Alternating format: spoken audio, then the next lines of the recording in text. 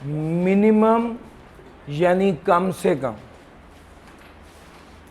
Tax regime, ये एक ऐसा निज़ाम है जिसमें कम से कम टैक्स जो है वो लागू किया जाता है, कम से कम टैक्स जो है वो लागू किया जाता है और वसूल किया जाता है।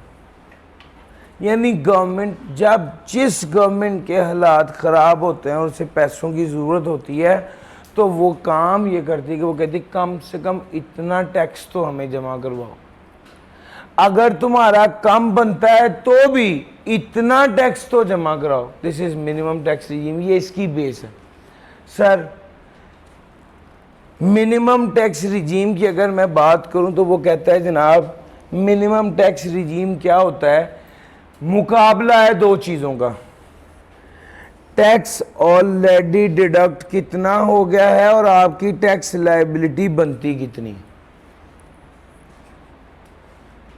मिनिमम टैक्स रिजीम में दो बातें हैं, टैक्स ऑलरेडी डिडक्ट हो कितना गया हुआ है और आपकी टैक्स लायबिलिटी कितनी।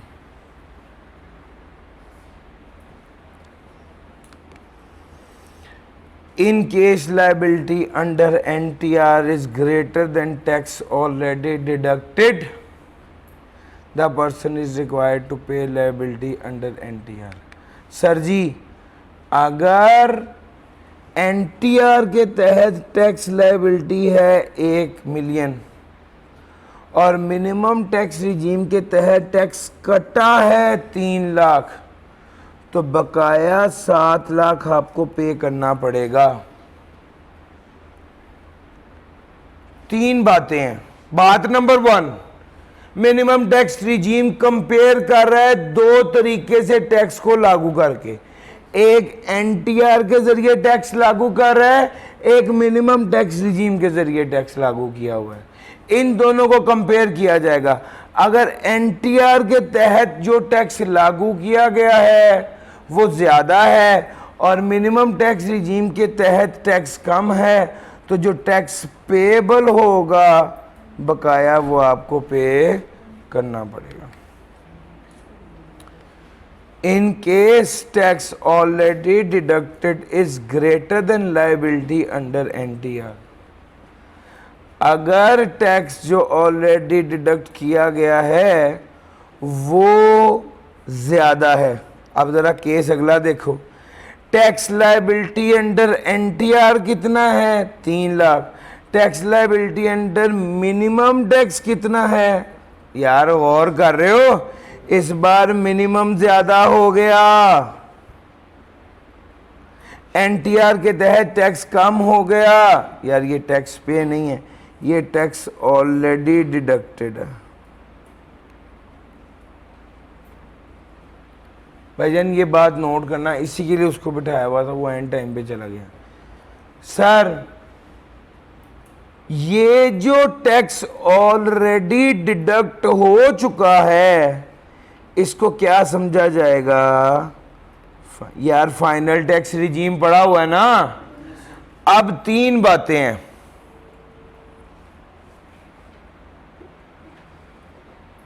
मैं इसकी मिसाल आपको एक तरीके से देने लगा हूँ, उसको समझाता हूँ, आपको बात क्लिक कर जाएगी इंशाल्लाह। सर हमारे एसबीआई में कुछ टीचर होते हैं विजिटिंग फैकल्टी में, वो हमें सर्विसेज दे रहे होते हैं, हम उस सर्विस के अगेंस्ट उनको पेमेंट कर रहे होते हैं। अच्छा अब हुआ ये कि अगर उनकी सर्विस, अगर उनकी सर्विस थी 10 लाख की, तो हमने 1 लाख का टैक्स काट के बाकी 9 लाख रुपया उन्हें पे करना होता, तो उनका टैक्स डिडक्टेड कितना हुआ 1 लाख, और 10 लाख पे टैक्स बनता कितना है, जरा जल्दी से कैलकुलेट एनटीआर के तहत करके बताओ।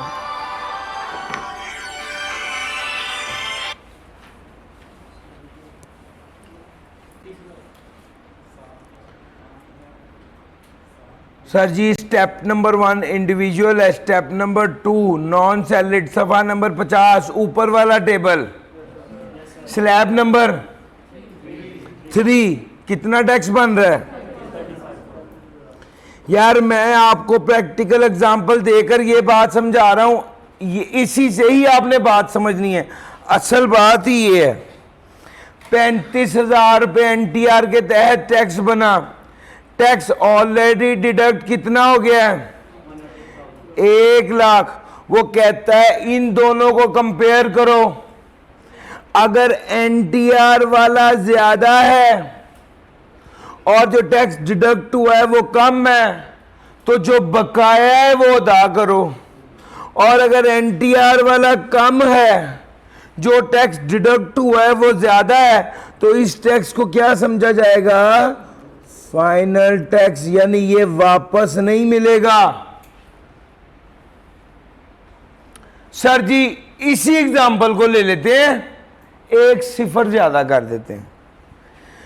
वही टीचर थे, उनको मिला 10 लाख की बजाय 10 मिलियन, टैक्स काटा 1 मिलियन। मुझे जरा बताइएगा टैक्स डिडक्टेड तो हो गया 1 मिलियन, एनटीआर के तहत कितनी लायबिलिटी होगी 10 मिलियन की। जी भैया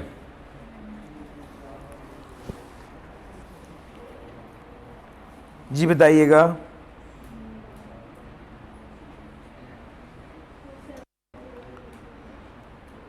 227। अब गौर करो सर जी, टैक्स लायबिलिटी एनटीआर के तहत आई 27,30,000, टैक्स ऑलरेडी डिडक्टेड कितना था 10 लाख। ये आप यानी इसको ऐसे कह लेते हैं, टैक्स बनता कितना है और टैक्स कटा कितना है। सर एनटीआर के तहत जो अमाउंट है उसको कहते हैं टैक्स बनता कितना है। सर टैक्स बनता है 27,30,000, टैक्स कटा कितना है, बकाया क्या कर देंगे 17,30,000 पेबल आ जाएगा। ऑन द अदर हैंड अगर टैक्स बनता था 35,000 और टैक्स कट गया 1 लाख, तो जितना टैक्स कटा वो फाइनल टैक्स है। यार मेरी बात समझ आ रही है। मिनिमम टैक्स का मतलब है कि जितना टैक्स कट गया कम से कम वो तो एफबीआर का हो गया, उसमें से वापस कुछ नहीं। हाँ जितना टैक्स कटा अगर बनता उससे ज्यादा था तो इजाफी वाला पे करना। यार मेरी बात पिक कर गए हो, ये असल गेम है। मैंने अभी तक सिर्फ 3 लाइनें आपको समझाई। मिनिमम टैक्स रिजीम में टैक्स लायबिलिटी और टैक्स पेएबल,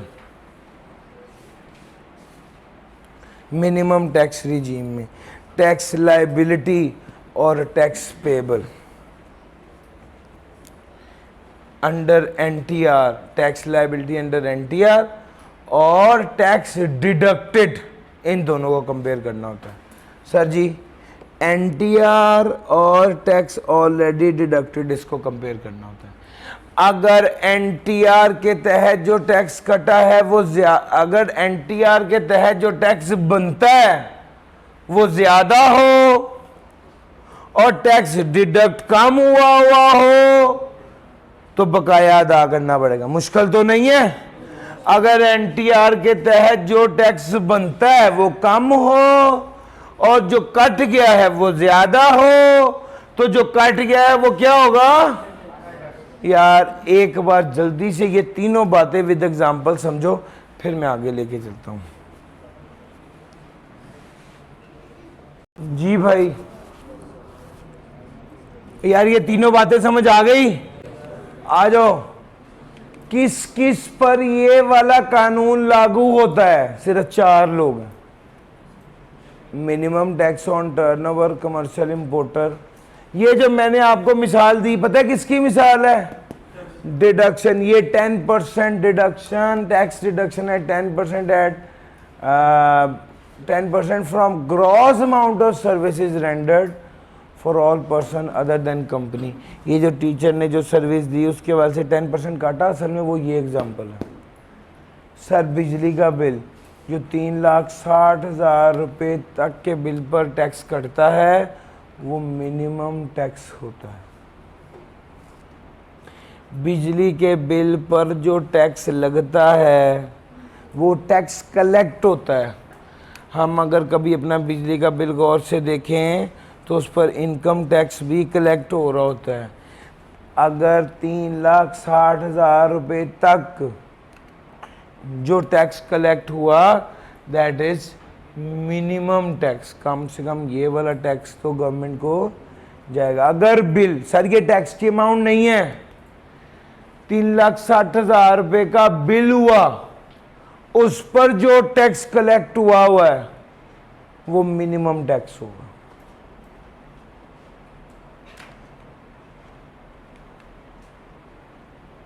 यार इस बात की समझ आई है या एग्जाम्पल दे दूं?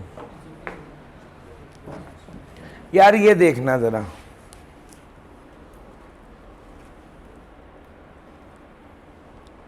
लेट से इस पर टैक्स लगा 360 पर टैक्स कटा हुआ है 6,000 रुपये।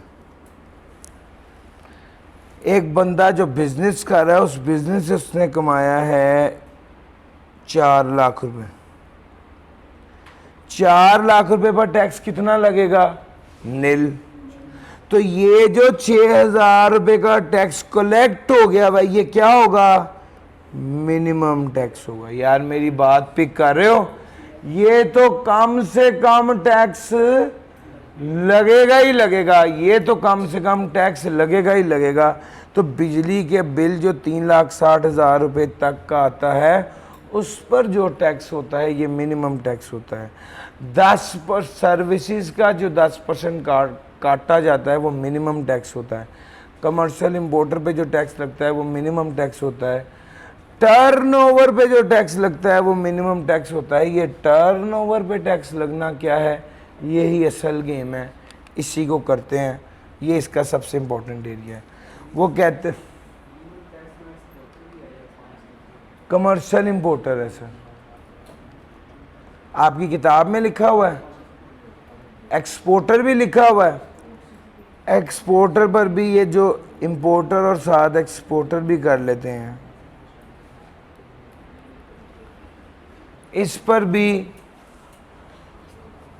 मिनिमम टैक्स का रूल अप्लाई होगा एक्सपोर्टर पर। भाईजान ये दूसरी चीज़ है जो ठीक करनी है।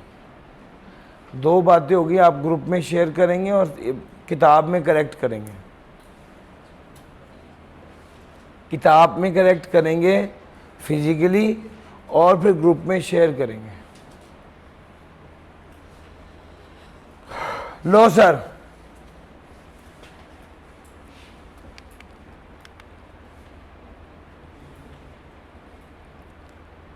अब आगे चलता हूं।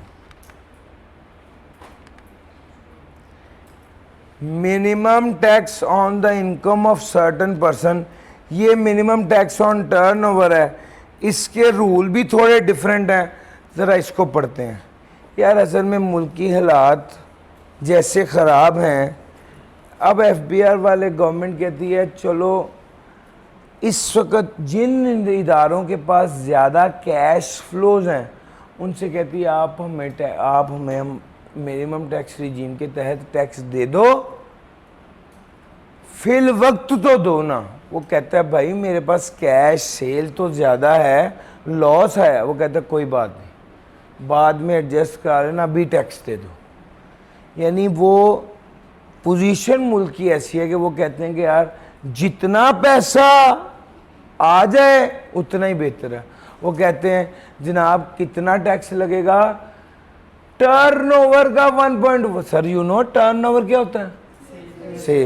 सेल का 1.25% टैक्स लगेगा, चाहे इदारे को लॉस हो रहा हो टैक्स लगेगा, चाहे पुराने सालों का लॉस एडजस्ट होना हो टैक्स लगेगा, चाहे एग्जेम्पशन दी हो टैक्स लगेगा, चाहे टैक्स क्रेडिट मिलना हो टैक्स लगेगा, चाहे अलाउंस डिडक्शन मिलनी हो, वो कहता है भैया सब कुछ बात की बात है, सेल की अमाउंट उठाई, उसका 1.25% लिया, जो अमाउंट बनेगी कम से कम ये वो वाला टैक्स है जो आपको जमा करवाना पड़ेगा।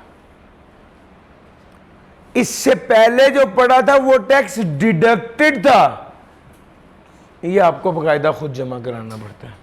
ये सर हमारी अगली बात, ये किस पर लागू होना है?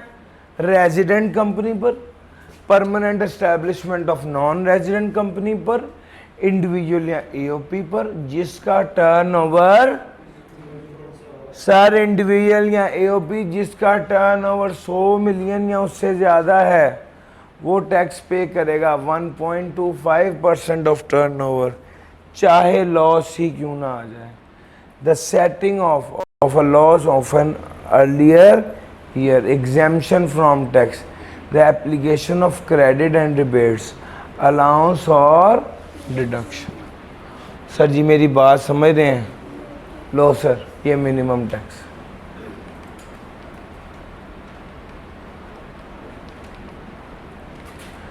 वो कहता है हमने आज तक जितना भी इनकम टैक्स पड़ा इनकम पे टैक्स लगाया, ये पहली बार है पर इनकम टैक्स रहे हैं, लेकिन टैक्स रेट इनकम पे नहीं लग रहा, सेल्स पे लग रहा है। इसीलिए वो कहता है इस सेक्शन के हवाले से आप सेल को इनकम ही समझे और उस पर टैक्स लगाएं।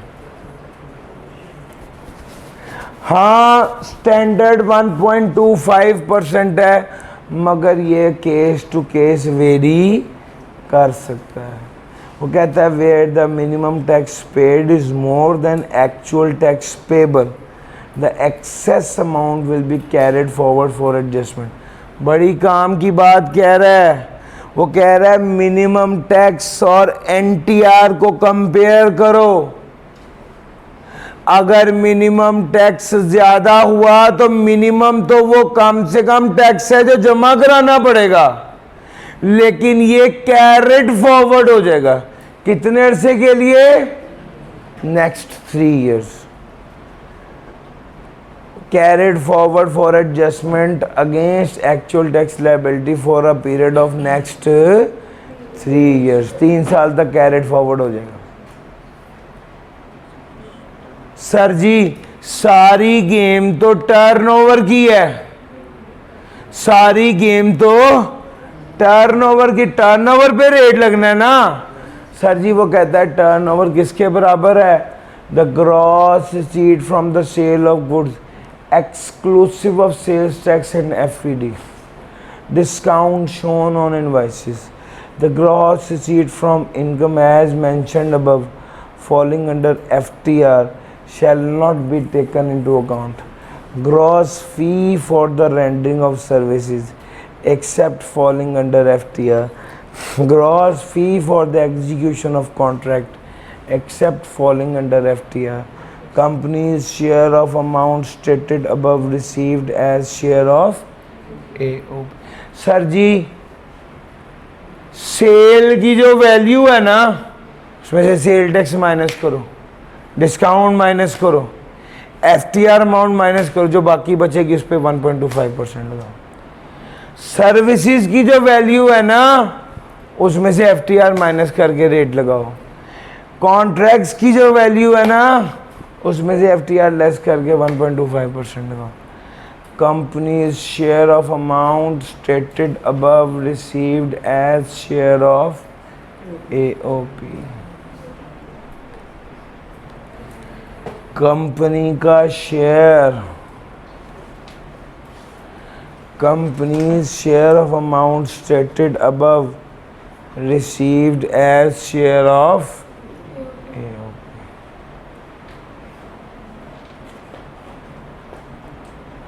सर अगर एओपी का शेयर किसी इदारे को मिलता है तो उसे भी टर्नओवर में ऐड करना है और फिर उसका भी 1.25% लेना।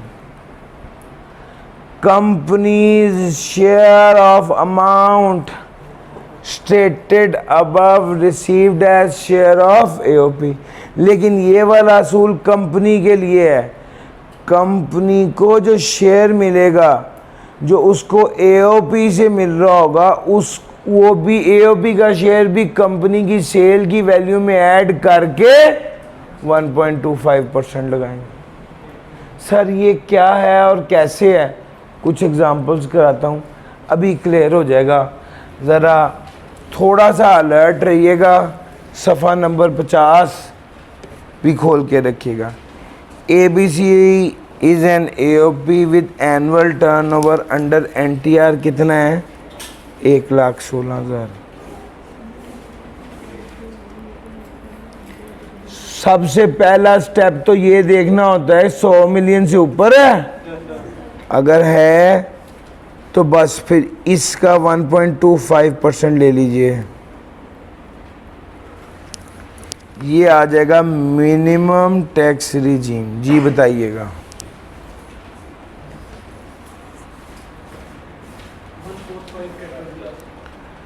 वन 1,450,000। सर ज़रा 1,570,000 टैक्सेबल इनकम है, इसकी लायबिलिटी निकालिएगा सफ़ा नंबर 50 ऊपर वाला टेबल देखकर।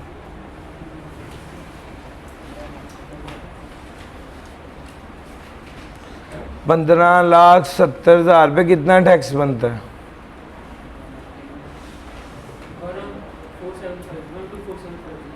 12475। सर जी गौर से देखना, ये NTR है, वो मिनिमम टैक्स है। कम से कम कितना जमा कराना पड़ेगा? 14,50,000। तो 14,50,000 में से 124,750 ये एडजस्ट हो गया, बकाया कितना रह गया? 1325250। सर जी ये जो अमाउंट आ रही है ना, ये कैरिड फॉरवर्ड कितने सालों के लिए? यार यही पढ़ाया ना। सर जी मैं टर्नओवर टैक्स एक बार दोबारा पढ़ाने लगा हूँ, मुझे आप लोगों के चेहरे पर वो बात नज़र नहीं आ रही जो मेरा दिल चाहता है। क्या है, लंबी चौड़ियाँ गल्ला नहीं है। बात नंबर 1, मेरे साथ रहना। कंपनी नॉन रेजिडेंट की परमानेंट एस्टेब्लिशमेंट, इंडिविजुअल या एओपी जिसकी सेल 100 मिलियन या उससे ज्यादा हो, उस पर ये वाला रूल अप्लाई होगा। रूल क्या कहता है? सेल का 1.25% लेकर लायबिलिटी निकालनी है, इर्रिस्पेक्टिव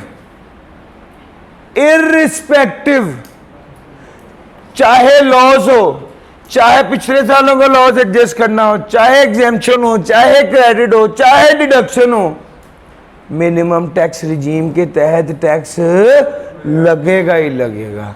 कितना? टर्नओवर का 1.25% के बराबर। अगली बात, सर रेट, इनकम पे टैक्स रेट नहीं लगाना, बल्कि किस पे लगाना है? सेल्स पे। सर जी कितना? 1.25%, जब तक वो खुद कुछ अलहदा से ना बताएं।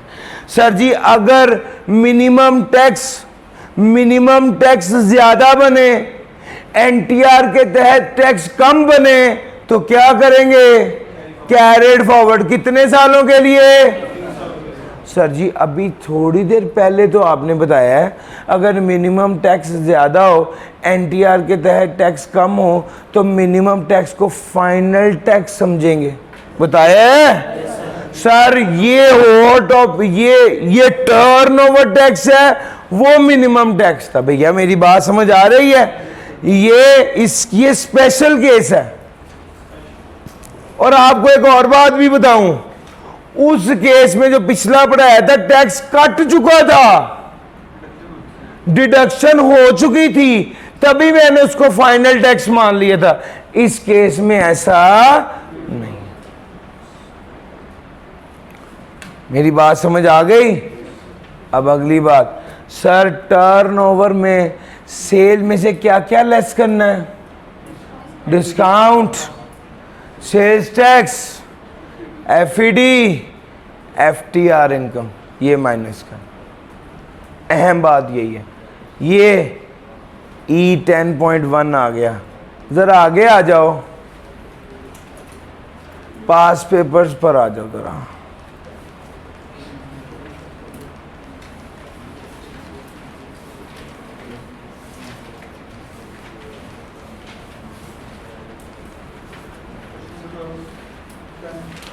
वन टू थ्री नहीं था, 4 भी नहीं है। सर जी 6 करते हैं। Hirani and company, a resident AOP is engaged in the manufacturing of various consumer products and is assessed under NTR। AC की सेल है 114 मिलियन, सेल्स टैक्स है 10 मिलियन का, एक्साइज ड्यूटी है 5 लाख की, टैक्सेबल इनकम है 11,70,000। वो कहते हैं आप बताएं टैक्स लायबिलिटी क्या होगी? कोई इशारा नहीं उसने दिया कि भाई मिनिमम टैक्स है क्या है, मगर एक चीज़ ध्यान में रखना, 100 मिलियन से ऊपर की सेल आ गई तो आपके दिमाग की खिड़की खुल जानी चाहिए कि भैया इसमें मिनिमम टैक्स वाला चक्कर आ सकता है। सर जी मिनिमम टैक्स की बात करने लगा हूँ, 114 मिलियन लेस करेंगे, लेस करूं एफईडी भी? मुझे बताइएगा टर्नओवर कितना रह गया? सर इसका 1.25% ले लो, 129375। यार मुश्किल तो नहीं लग रहा? मिनिमम टैक्स आ गया। एनटीआर देखो 11,70,000 रुपये कितना टैक्स बन रहा है?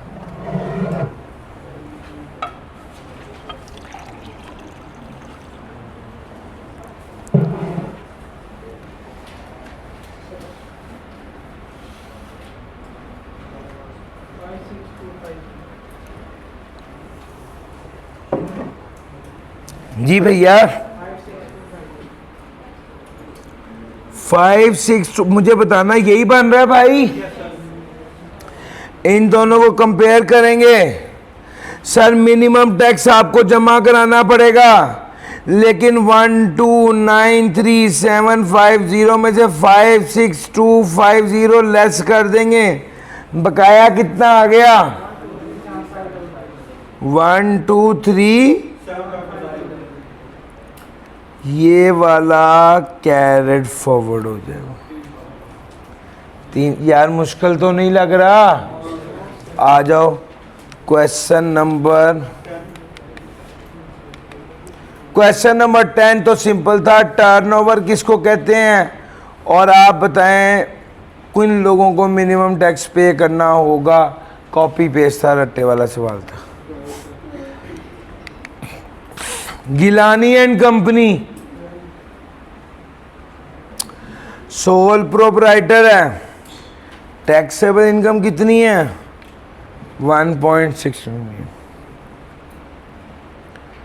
Under the provision of the income tax ordinance 2001 compute the amount of net income tax payable by GC and the amount of income tax to be carried forward if any for the tax year 20x2 in each of the following situation.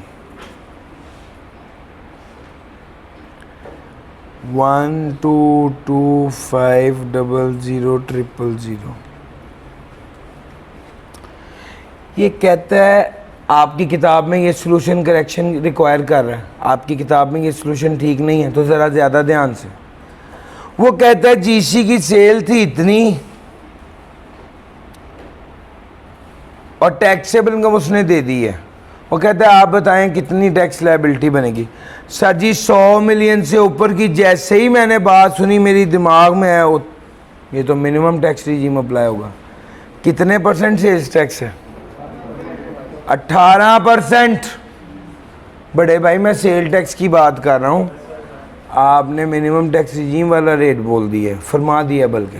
ठीक है sir जी, 122500000 divide करेंगे किससे?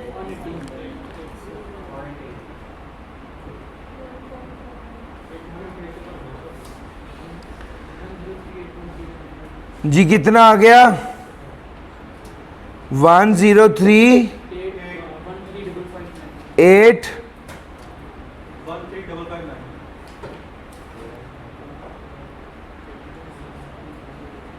Sir जी 103 million है, बेहतरीन है। 100 million से ऊपर है सेल टैक्स निकालने के बाद भी। इसका लें जरा 1.25%।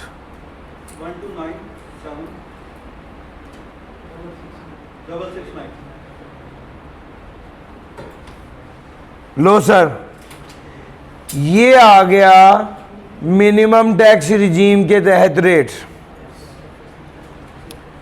अब आगे आ जाओ, एनटीआर के मुताबिक क्या होगा?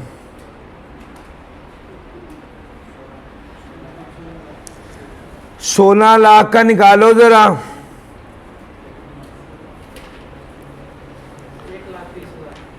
1,30,000 क्या करेंगे सर? 1269766 ये पे करेंगे, और 1,30,000 से ऊपर जितना भी है ये 3 साल। यार ये मुश्किल बात तो नहीं है। केस नंबर 2 का बताओ क्या होगा?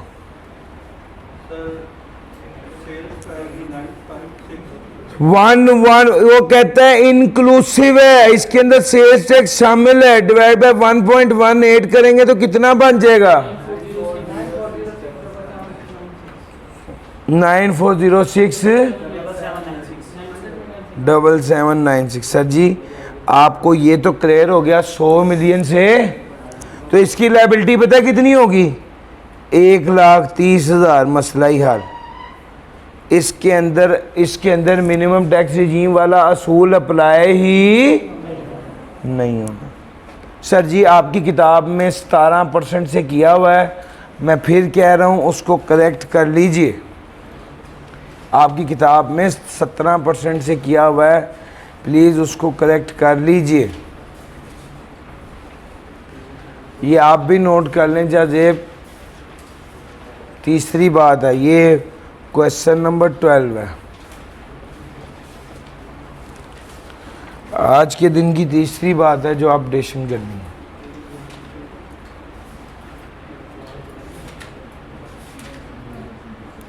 बुक में भी अपडेट करना है, ये ग्रुप में भी शेयर करना है। लो सर जी किसी ने ही बताया, मैंने नहीं कैलकुलेट की। 16 लाख पे लायबिलिटी कैलकुलेट करनी थी। ये है ना 1.6 मिलियन, इतना ही आ रहा है। ये एनटीआर है ना, वो मिनिमम टैक्स रिजीम है। सर जी हो गया। 13 का मसला नहीं था, 14 में भी कोई मसला नहीं था, बाकी तो कुछ नहीं है। सर जी एक सवाल है, ये मैंने पास पेपर भी आपको करा दिए। एक सवाल है जो मिनिमम टैक्स रिजीम का नेक्स्ट लेवल का क्वेश्चन है। ये इसलिए करवाता हूँ कि यार ज़्यादा से ज़्यादा मुश्किल आए तो भी आप लोग कर लें। देखना अब असल पॉइंट ये कि सर कैरेट फॉरवर्ड होगा तो क्या होगा और उसको किस तरह एडजस्ट होगा, ये एक सवाल पैदा होता है। इसका जवाब है कि सर हम 3 सालों की वर्किंग करते हैं। लो जी टैक्सेबल इनकम है 15,75,000। ज़रा सफ़ा नंबर 50 निकाल के भी रख लें और कैलकुलेटर भी। ज़रा मुझे बताइए एनटीआर के तहत क्या लायबिलिटी बनती है?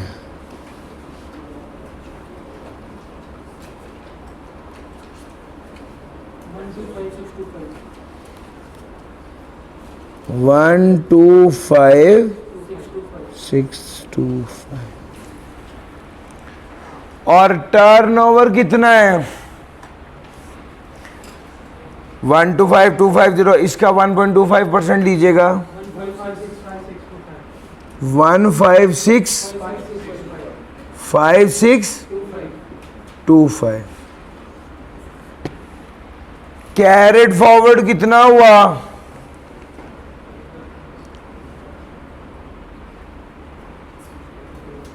जी बताइएगा। 144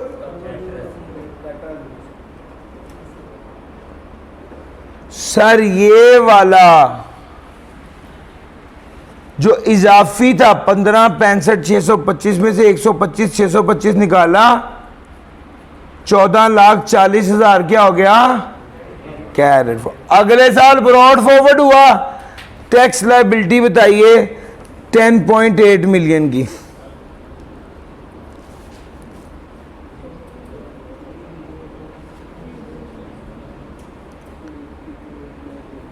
जी बताइएगा।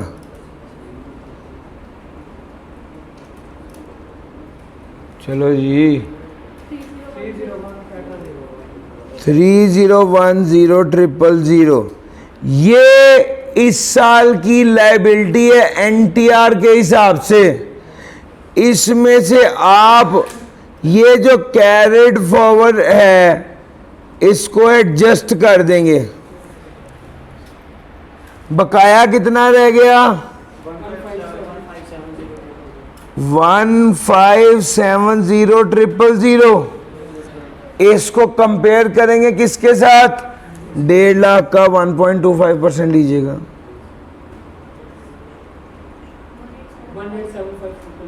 1875।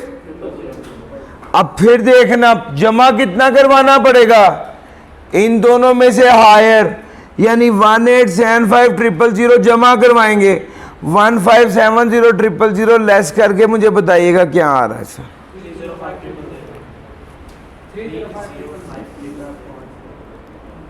305। ये फिर दोबारा कैरेट फॉरवर्ड हो गया। अगले साल की फिर लायबिलिटी निकालने।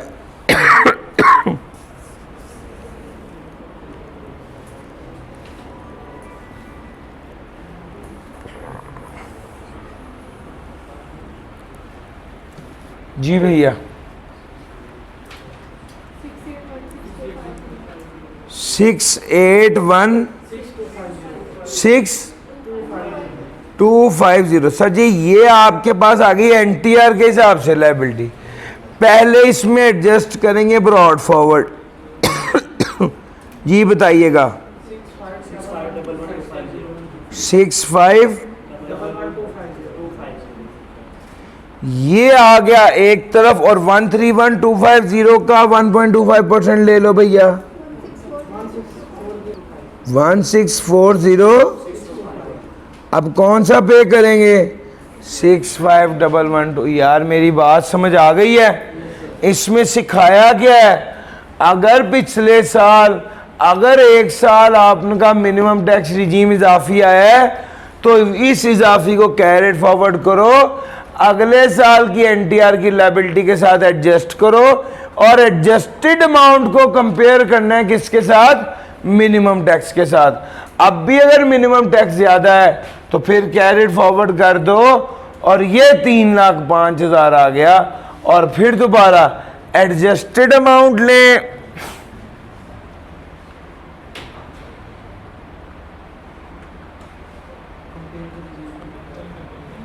ये 3,05,000 ये लायबिलिटी एनटीआर के हिसाब से निकालें, इसमें से एडजस्ट करके एडजस्टेड अमाउंट लें, इसको कंपेयर करेंगे मिनिमम टैक्स के साथ, यही ज़्यादा है तो ये पे कर देंगे। सर ये मैक्सिमम सवाल अगर पूछा जाएगा तो ये पूछा जाएगा।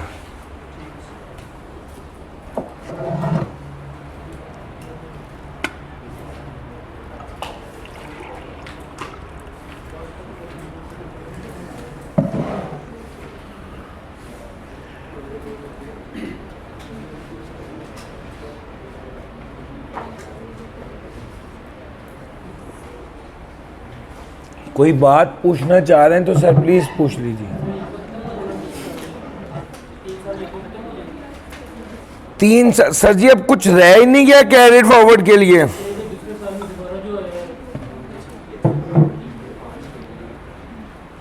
तो वो दूसरे साल वाला आया, वो एडजस्ट हो गया, ये आया, ये फ्रेश है, ये कैरिड फॉरवर्ड होना था, ये भी 3 साल के लिए। इस तरह 3-3 साल के लिए कैरिड फॉरवर्ड होता है।